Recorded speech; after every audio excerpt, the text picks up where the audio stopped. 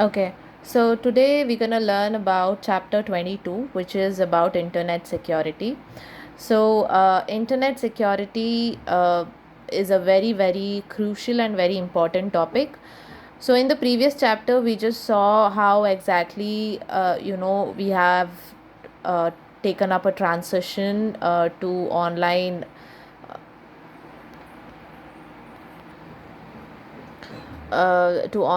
money transfer thing and how exactly that works.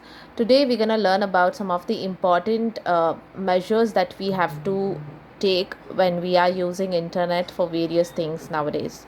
Okay, so when we are saying internet and when we are doing like a lot of work using internet, uh, the attacks on our computer and on our personal data through viruses and other malware functions is common.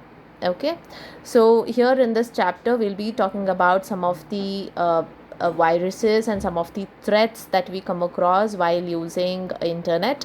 Okay, and some of the measures that we have to take into consideration so that we can be safe and we will not be like coming in contact with any kind of viruses or malware functions. Okay, so to start with, we have a few introduction thing about the internet security.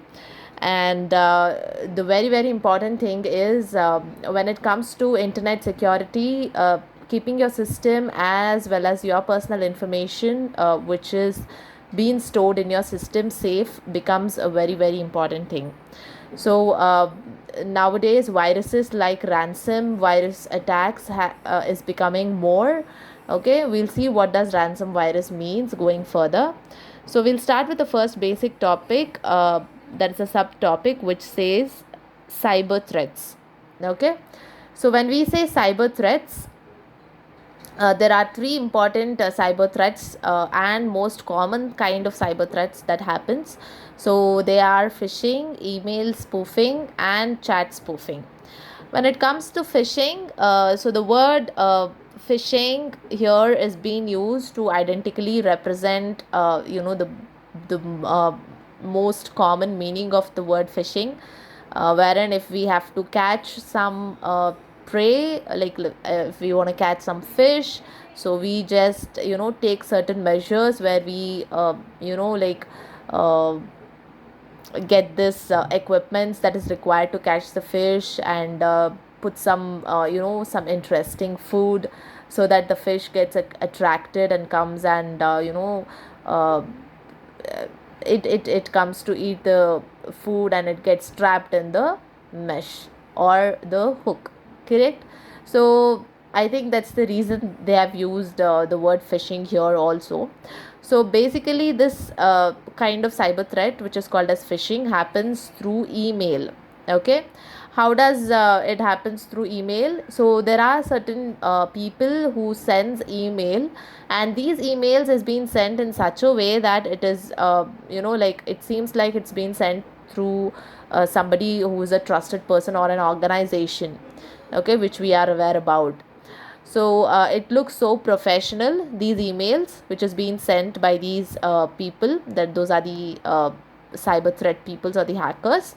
So once people like us receive these emails, we tend to open the email, and inside those email they would have written certain information, and they would ask us to or request us to go to the site and like give the details of our general details like our name, our uh, date of birth, and some personal informations. So when we once sign into that or get to that website whichever they've given, and we give the information, keeping in mind that this is a mail that is being sent by a trusted person or an organization, but actually it is not.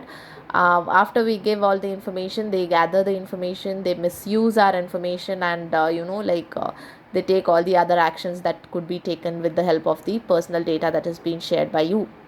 Okay, so this is how exactly it works, the phishing kind of cyber threats. Okay,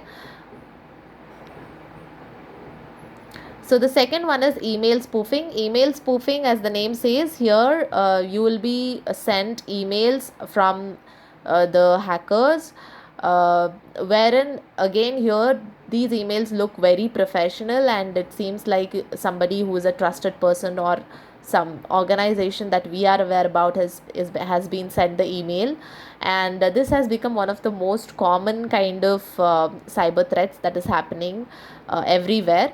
So these emails that is being sent by these people will have like target audience. I mean to say, they do have people who they particularly want to target. Okay, they only send these kind of mails to those people, that is the target people. Okay, so these emails do have certain links and certain attachments. Okay, so once you click on the link or attachments, you will be like hacked. Your phone will be hacked or your systems will be hacked, where they try to find all your personal details, and yeah, that is how they grab, or that is how they get all your details through email spoofing. And one more important point here to be added is, nowadays emails that you're going to use, either Gmail or yahoo.com or whatever the email sites that you're using to create your mail ID.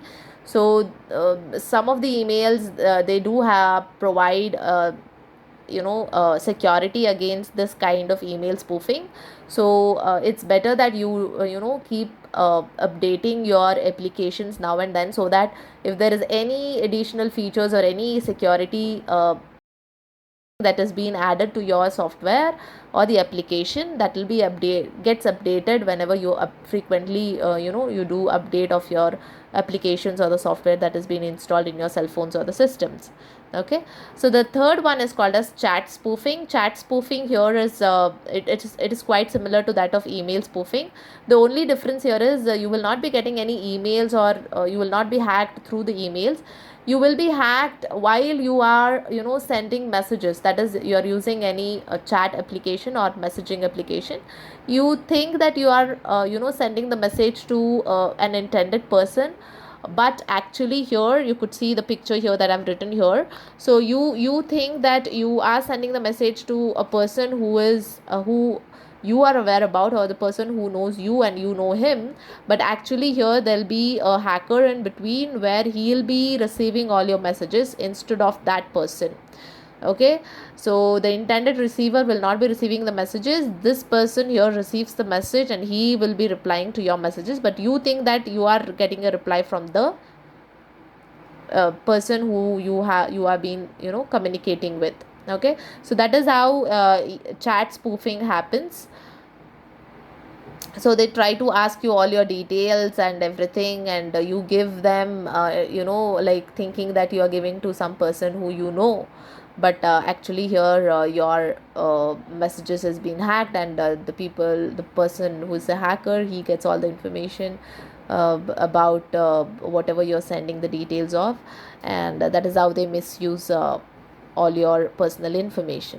Okay, so these are the three forms of cyber threats that has been talked about in this chapter. So the next topic is best practices for internet security. Now, as we have seen why internet security is important and what are the threats that we're gonna face, so we have somewhere around 12 to 13 kind of practices that we need to keep in mind and do it very often, so that our security is being maintained when our systems, cell phones, or any of the devices which is using internet is being connected to the internet. So when it's connected to the internet, to keep our data secure, we have to practice these 12 to 13 practice steps. Okay, so we'll move to the next topic, which is the best practice for internet security. So the best practices for internet security, the first and the very very important practice is to keep your password safe. Now, how do you do this? How do you keep your password safe? You can keep your password safe by just changing your password occasionally, now and then.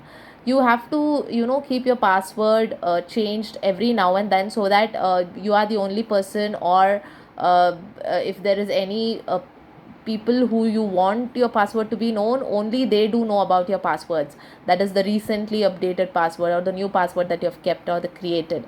Okay, so by doing this, it keeps your data as well as your system and your cell phone secure, because your the hacker who is trying to hack your system cannot hack crack the password that you have kept, because you have been changing it now and then. So that's the reason they ask you to frequently change your password, and do not keep the same password for all your accounts on different websites. Okay, do not do that. So this is how you keep your password safe, by changing it very now and then, occasionally, I mean to say, or now and then. Okay, and there are other special applications that are basically meant to keep your password safely. So you can download those application, install it on your system and your cell phones or the devices that is being connected to the internet, and you can keep your password safe in that particular application. You can also do that. Okay, that was about the keep passwords safe, first one. Second one, secure transaction. So we have already seen the online transaction thing, and how exactly it would go wrong, and say how much security is important when we are doing an online transaction in the previous chapter. So to secure your online transaction, most of the transaction nowadays happens online, wherein there is an internet connection and you're using some a base application, correct? So using internet and supporting applications, so your applications might be something like eBay, Flipkart, etc., or you could go to the mall or to the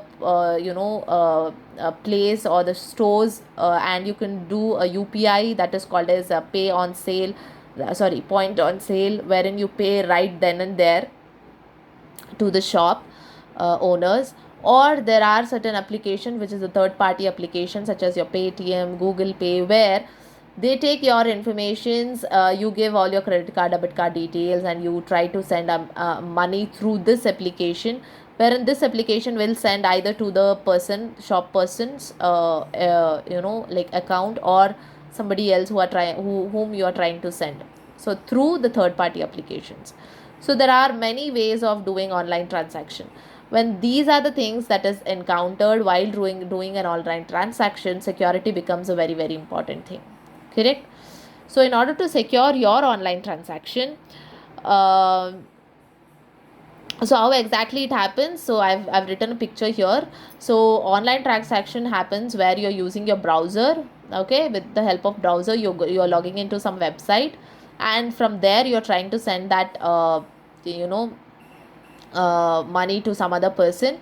That is, you will be trying to connect it to some other person's bank site or servers. Okay, you send your money with the help of certain application which is running on your browser, which has the connection. Here is the internet which is providing this connectivity. So your amount from your account will be deducted here and sent to some other person's account, correct, to that particular bank servers. So you should not be giving any kind of confidential information to the site that you are trying or using as a base, where it is helping you to send the amount to another person. Or if you're using it, you have to make sure that those applications are secure. You're using you are using an application which is being used by many people, and it is you have seen their reviews of that application saying that okay, this app is very safe, you can use it. Or when you're directly using that application with the help of a browser, you have to make sure that the site that you have visited is secure. When we say secure, we mean that those sites are padlocked. You have to look for the padlock sign, wherein one of the padlock sign is that if you have logged into any website, and if that website is secure or not is your question. If that is your question, then you have to check for the address. Okay, wherein the address, if the address starts with HTTPS, it means it is secure. If it is starting only with HTTP, it means it is not secure. That site or website is not secure. So looking for these kind of signs, we call these kind of signs as padlock signs, is very very important when you're doing any kind of online transaction. Okay, so this was about online secure transaction. The third best practice is install antivirus software, which is very very important. Now you do have systems or laptops at your homes where you have many applications which you have downloaded, correct? So now and then you do have to update your applications also. Sometimes while downloading certain applications you might not be knowing, but there are other applications which gets downloaded even without your knowledge, and these kind of downloaded files may have viruses which will affect your computer and the data that is being stored in your computer, correct? So in order to make sure that your systems is not infected with the through viruses, you have to install your systems with antiviruses. So what does antivirus does? As the name says, if there is any viruses that is present or unknowingly um, uh, been inserted into your computer, then it detects that virus and it will make sure that virus has been eliminated from your computer, that has been it's been removed from your computer. That is what antivirus does. Okay, uh, so yeah, that is what it says. It is very necessary to have a strong antivirus software installed on your computer. So apart from viruses, there are other kind of threats that your system could encounter, and those kind of threats could be from malwares are certain applications which they just get downloaded only to hack your system or send some kind of viruses to your system. They do not do anything exactly, but they get downloaded, and you think it's a safe, but it will get downloaded, it will get installed with your permission itself, but it will not work properly. But that particular application's intention would be just to hack your system. Okay, so we call them as malware functions. So some of the examples for them are like we have trojans, adware, ransomware, phishing, bugs. We call that bugs. You would have heard the word bugs, and worms. So these kind of examples that I've given here are called as malware. So there could be application or some apps which gets downloaded and installed, but they do not work. But their only intention is to uh, insert virus into your system and hack your system. So we need to be aware about these kind of threats also apart from viruses. Okay, so there are certain antiviruses. They provide a very good support in order to remove the viruses, that is in order to stop the attack of viruses on your system, and also they do include protection against the malwares also. So you have to check for those kind of antiviruses which works or which gives protection against the viruses as well as malwares like these. Okay, so look for those kind of antiviruses and download it, and also you have to keep on updating these antiviruses also similar to your other applications now and then. Okay, so that will help your system to keep safe. Okay, the next best practice is use a firewall. Now why do we need a firewall? So before understanding what is firewall, whenever we are nowadays we do have certain applications where somebody else, if you give permission, you can give permission to somebody else wherein they sitting in some other place can operate your system, um, where you are from a different location. So let's say you are from Bengaluru, and there is another person or a, a colleague or somebody who is working from some other state. uh, so there's an application which helps that person to operate something on your system. So sometimes hackers do hack your system in such a way that even though you're not using your system or operating your system, they'll hack your system and they'll try to use your system. That is, they try to access your system, wherein they get all your details, personal details of your system. So in order to avoid these kind of hacks or threats, you have to install something called as firewall. So they've given a line which is very very important here. Some programs access your computer remotely in the sense wherein you're not aware about it, who is accessing it, how come it got access, like somebody else has an access to your system. So they are sitting somewhere else, but they are accessing your system. So there are certain programs that access your system remotely without your permission. So in order to avoid these kind of things, you should install a firewall. You have to install a firewall on your computer. Okay. The next best practice is do not open attachments from unknown sources. Very, very important. So you get an email and there is an attachment along with that email, but you don't know who is that, but you are very curious to open that attachment and see what does that attachment hold. Sometimes the viruses and these kind of threats is being sent through these attachments itself. When you click that attachment and it starts downloading and it will get just open, your system might have been hacked or viruses has been attacked, like that happens. So which is very, very important. You should never ever open an attachment from unknown sources. The sixth practice is scan all portable storage devices before use. Usually whenever you plug in any kind of portable devices, your pen drive or your hard disk drive or anything, external hard disk drive you plug in, usually the system gives you two options: scan and open, that is open the files inside this, or just open it. Usually when you get these kind of two options, we do always prefer to the first one, which is scan and then open. When you have your antiviruses installed on your system, by default it will scan the portable device first and then it will open the files in them.